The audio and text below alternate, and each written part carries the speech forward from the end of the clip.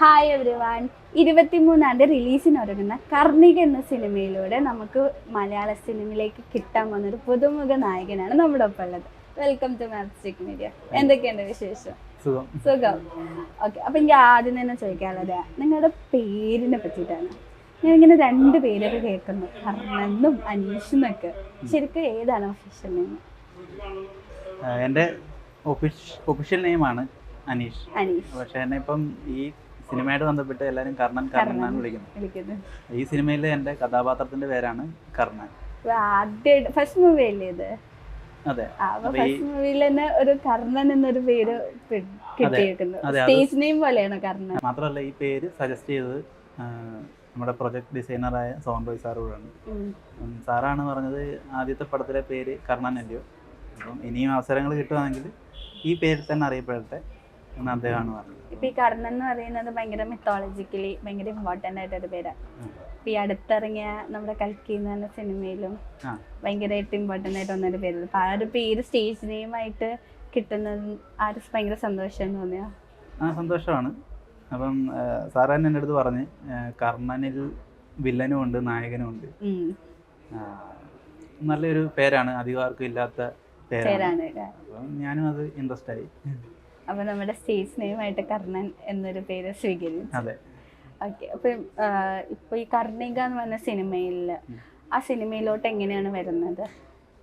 കർണിക മൂവിയിൽ എത്തുന്നതും ശരിക്കും സാറുമായിട്ടുള്ള പരിചയം തന്നെ. 2016 മുതൽ എനിക്ക് സാറിനെ അറിയാം. ഞങ്ങളൊരു ഫ്രണ്ട്ഷിപ്പ് ഉണ്ട്. പക്ഷേ ഇവിടം വരെ എത്തും സിനിമ എടുക്കണം അങ്ങനെയുള്ളൊരു ഉദ്ദേശമൊന്നുമില്ല. ഞാൻ ഡാം 999 പറഞ്ഞിട്ട് സാറിൻ്റെ ഒരു സിനിമയുടെ ആർട്ടിക്കിൾ കണ്ടിട്ടാണ് ഞാൻ ആദ്യമായിട്ട് സാറിനെ പരിചയപ്പെടുന്നത്. അപ്പോൾ ആ സമയത്ത് ഒരു ഹോളിവുഡ് ചിത്രം ഒരു മലയാളി ഡയറക്റ്റ് ചെയ്തേക്കുന്നു. അപ്പോൾ ഞാൻ നോക്കിയപ്പം പുനലൂരുകാരനാണ്, അപ്പോൾ എൻ്റെ നാടിനടുത്താണ്. അപ്പം ഞാൻ എക്സൈറ്റഡ് ആയി. അപ്പോൾ അങ്ങനെയാണ് പുള്ളിയെക്കുറിച്ച് കൂടുതൽ അറിയാൻ ആഗ്രഹം വന്നത്. അങ്ങനെയാണ് ഞാൻ പുള്ളിയെ പരിചയപ്പെടുന്നത്. സാറിനെ പരിചയപ്പെടുമ്പോൾ ആൾ വളരെ സിമ്പിളാണ്.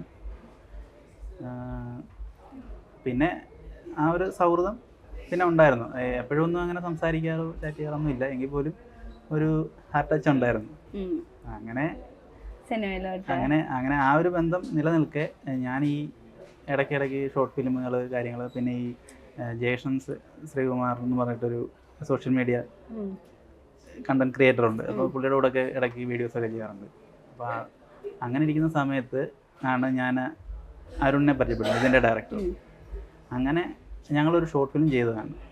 അങ്ങനെ ആ ഷോർട്ട് ഫിലിമാണ് ശരിക്കും പിന്നെ സിനിമയെ മാറിയത്. അത് ഷോർട്ട് ഫിലിം എടുത്തതിന് ശേഷം ആ ഷോർട്ട് ഫിലിം ശരിക്കും ഒരു സിനിമയ്ക്കുള്ള എല്ലാ കണ്ടൻറ്റും ഉണ്ട്. അപ്പോൾ അങ്ങനെ ഞാൻ സാറിൻ്റെ അടുത്ത് അവതരിപ്പിക്കുകയും ഞങ്ങളിത് ചെയ്ത വർക്ക് കൊണ്ട് കാണിക്കുകയും ചെയ്തു. അപ്പോൾ അങ്ങനെയാണ് സാർ ഇത് നിങ്ങൾ ഷോർട്ട് ഫിലിം ആക്കി കളയണ്ട, ഒരു സിനിമയാക്ക് സാർ സപ്പോർട്ട് ചെയ്യാമെന്ന് പറഞ്ഞു. അപ്പോൾ ആ ഒരു ഷോർട്ട് ഫിലിം ചെയ്തപ്പോഴും ഈ ഒരു കർണൻ എന്ന് പറഞ്ഞ ക്യാരക്ടർ തന്നെയാണ് ചെയ്തത്. അതെ. അപ്പോൾ നമ്മുടെ ഈ ക്യാരക്ടറിനെ പറ്റിയിട്ട് കുറച്ചും കൂടി ഞങ്ങൾക്ക് വേണ്ടി പറയാമോ? കർണൻ ആരാണ്? കൂടുതൽ റിവീൽ ചെയ്യാൻ പറ്റില്ല. എന്നാലും ആള് പവർഫുൾ ആയിട്ടുള്ളൊരു ക്യാരക്ടറാണ്, നെഗറ്റീവ് ഷെയ്ഡുള്ള ഒരു ക്യാരക്ടറാണ്. അപ്പൊ കർണൻ നെഗറ്റീവാണ് നമ്മൾ ഇതിൽ ഉപയോഗിക്കുന്നത്, അതോ കർണൻ നെഗറ്റീവാണ് ഉപയോഗിക്കുന്നത്, അത് രണ്ടും കൂടി കലർന്ന ഒരു ക്യാരക്ടർ? രണ്ടും കൂടി കലർന്ന ഒരു ക്യാരക്ടർ തന്നെയാണ് ഇതിലും. റിയൽ കർണനെ പോലെ ഒരു ക്യാരക്ടർ തന്നെയാണ്.